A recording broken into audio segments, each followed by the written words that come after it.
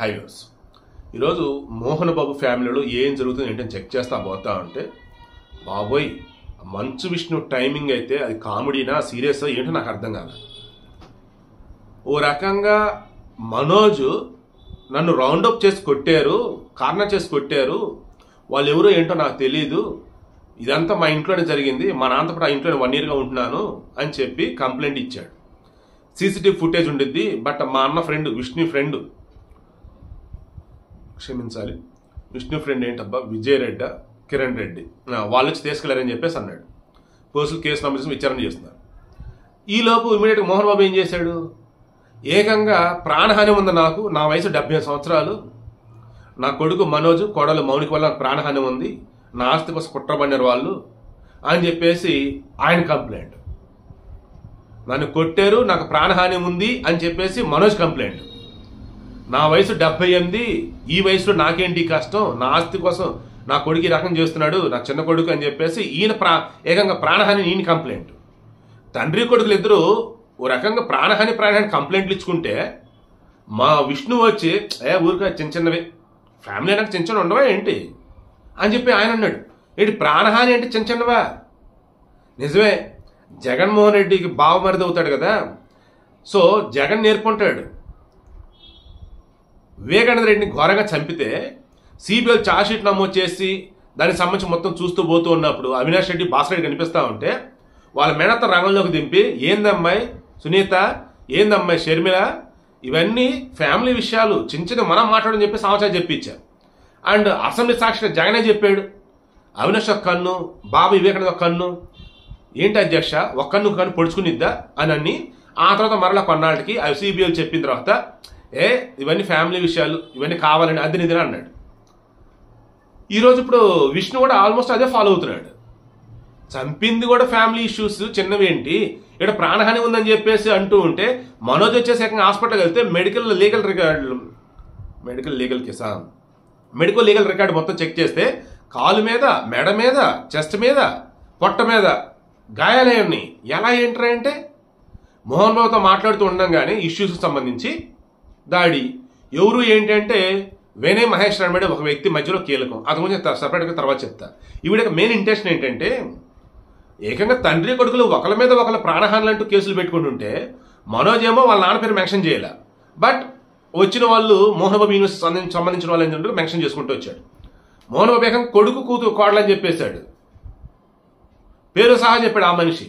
And ఇందాక పోలీసులు Manoj case పెట్టాడు కదా, ఆ కేసు తాలూకు ఏంటి మోహన్ బాబు గారు ఎవరు మరి ఆ ఇంట్లో మనోజ్ మీద దాడి చేసిన అర్థం ఏంటంటే నాకున్న అప్డేట్ నేను చేసిన ప్రకారం నేను సహకరించను, ఇది ఫ్యామిలీ విషయాలు, మేము చూసుకుంటాం, మీరు వెళ్ళిపోండి అని చెప్పేసి అన్నాడు.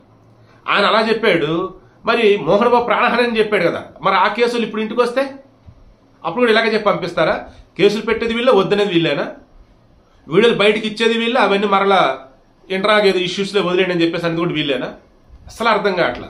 కానీ క్రమశిక్షణ అన్నది అతి అయిపోయింది. దాంతో ఏమైంది, ఆల్మోస్ట్ ఎక్స్పైర్ అయిపోయింది. దానివల్ల ఇదిగో ఈరోజు రోడ్డు మాడాల్సి వచ్చింది. వీడియో క్లోజ్ చేసి సింపుల్గా నేను చెప్పేది మనోజ్ ఒకటే అంటున్నాడండి, నేను న్యాయం కోసం, సత్యం కోసం, ధర్మం కోసం పోరాడుతున్నా.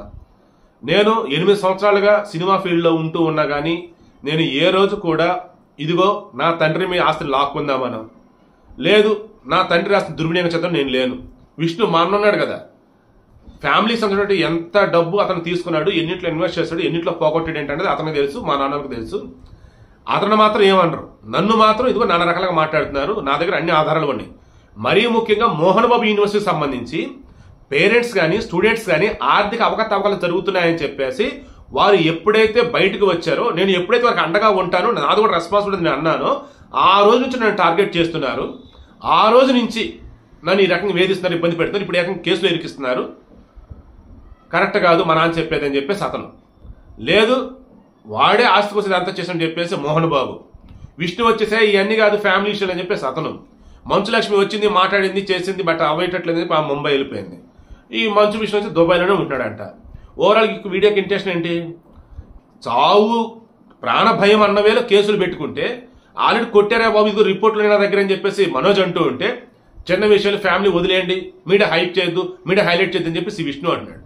ఒకటే అండి, ఒక నార్మల్ వాళ్ళకి సంబంధించిన చిన్న ఇష్యూ జరిగితేనే 100 మైకులు వెళ్తున్నాయి ఆడకి. సెలబ్రిటీలు వీళ్ళు. దాంతో క్రమశిక్షణ అంటే మా ఫ్యామిలీ అంటే క్రమశిక్షణ అని చెప్పినట్టు మోహన్ బాబు ఇంకెలా చూస్తూ ఊరుకుంటారు. దానికి తోడు మోహన్ బాబు యూనివర్సిటీకి సంబంధించి చెక్ చేసుకుంటా పోతే ఫ్రాడో లేదన్నప్పుడు అవినీతో అక్రమాలు ఆర్థిక అవకతవకలు బోల్డ్ అన్ని అని చెప్పేసి మన మధ్య మనం మాట్లాడుకున్నాం. నిజమేంటి అబద్ధం త్వరగా తేలితే అనుకున్నాం. ఇప్పుడు మనోజ్ మొత్తం బయట పెడతా అంటున్నాడు, నా దగ్గర అన్ని ప్రూఫ్లు ఉన్నాయి అంటున్నాడు. అతను చెప్పింది నిజమైతే మోహన్ బాబు యూనివర్సిటీ రద్దు కూడా అవ్వచ్చు, గుర్తింపు కూడా క్యాన్సిల్ చేయొచ్చు. సో ఇప్పుడు ఫైన్ ఇప్పుడు ఏంటి, ప్రాపర్ వేలో ఏపీ పోలీసు కానీ తెలంగాణ పోలీసు కానీ విచారణ చేస్తే అన్ని బయటపడతాయి. క్లియర్గా మనోజ్ అదే అంటున్నాడు. ఏపీ ముఖ్యమంత్రి ట్యాగ్ చేశారు, తెలంగాణ ముఖ్యమంత్రి ట్యాగ్ చేశారు, ఏపీ డీజీపీని ట్యాగ్ చేశారు, తెలంగాణ డీజీపీని ట్యాగ్ చేశారు. నా దగ్గర అన్ని ఆధారాలు ఉన్నాయి, నేను బయట పెడతా, న్యాయం జరగాలి, సత్యం గెలవాలని అతను అంటున్నాడు. మోహన్ బాబు మాత్రం వాడు ఆస్తి కోసం అంతా చేస్తున్నాడు వాడు అని చెప్పేసి మోహన్ బాబు అంటాడు. అదేమంటే నాకు ప్రాణహాని ఉంది వాడి వల్ల అని చెప్పేసి అని. అదేమంటే బిడ్డను కూడా వదిలిపెట్టలేడు వాడు అంటాడు. నేను బిడ్డను ఎక్కడ వదిలిపెట్టాను, నా బిడ్డను మా అమ్మ దగ్గర వదిలిపెట్టి నేను టెస్టుల కోసం ఆసుపత్రికి వచ్చాను. అండ్ మోరోవర్ నేను రీసెంట్గా వచ్చానంటాడు. ఏంటి, నేను 1 year అక్కడే ఉంటున్నాను కదా, మనని అబద్ధాలు చెబుతానని చెప్పేసి అతను అంటున్నాడు. మోహన్ బాబు ఇటువంటి యాంగిల్ ఏంటో నేను ఊహించలేకపోతున్నా. అండ్ ఈ వయసులో ఈ రకంగా ఏంటో నాకు అర్థం కావట్లా. నాకు అనిపిస్తున్న ప్రకారం అయితే మొత్తానికి మోహన్ బాబు యూనివర్సిటీలో మొత్తానికి ఏదో తేడా పడతా ఉంది. మొత్తానికి ఆర్థిక లావాదేవీల విషయంలోనే మొత్తానికి మనోజ్ ఏవో బయట పెడతా అంటున్నాడు. ఒరే వద్దురా బాబు, దాని జోలికి వెళ్ళద్దురా బాబు అని చెప్పేసి అది చెప్పినట్టుకున్నాడు. కాదు కూడదని చెప్పేసి ఈయన అంటూ మనోజ్ ఈ రకం ముందుకు వస్తున్నట్టుగా నాకు అర్థమవుతుంది. ఇక ఈ మధ్యలో మౌనికాన్ని తీసుకొస్తున్నారు కొంతమంది. భూమా అఖిల ప్రియ మౌనిక వాళ్ళ అక్క, ప్రజెంట్ ఎమ్మెల్యే కూడా గతంలో మంత్రిగా చేస్తున్నారు. ఆళ్లగడ్డ నుంచి కొంతమందిని బ్యాచ్ని పంపి మోహన్ బాబు ఆస్తిని లాక్కోవాలని, ఆ ప్యాలెస్ని లాక్కోవాలని ఇదంతా చేస్తున్నారని చెప్పేసి ఇంకొంతమంది వార్తలు. మౌనిక వచ్చిన తర్వాతే ఆ ఫ్యామిలీలోకి ఇదిగో ఈ రకం డిస్ప్యూట్స్ రేజ్ అని, ఆస్తుల విషయాల్లో గొడవలు అని చెప్పేసి ఇంకొంతమంది.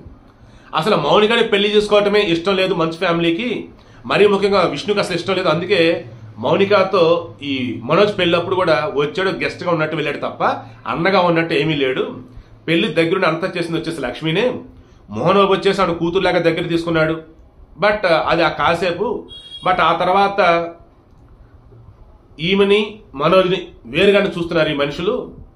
ముందు భార్యగా పుట్టిన వాళ్ళు మనోజ్కి విష్ణు అండ్ లక్ష్మి, వారికి ఒక ప్రయారిటీ ఇస్తున్నాడు మోహన్ బాబు.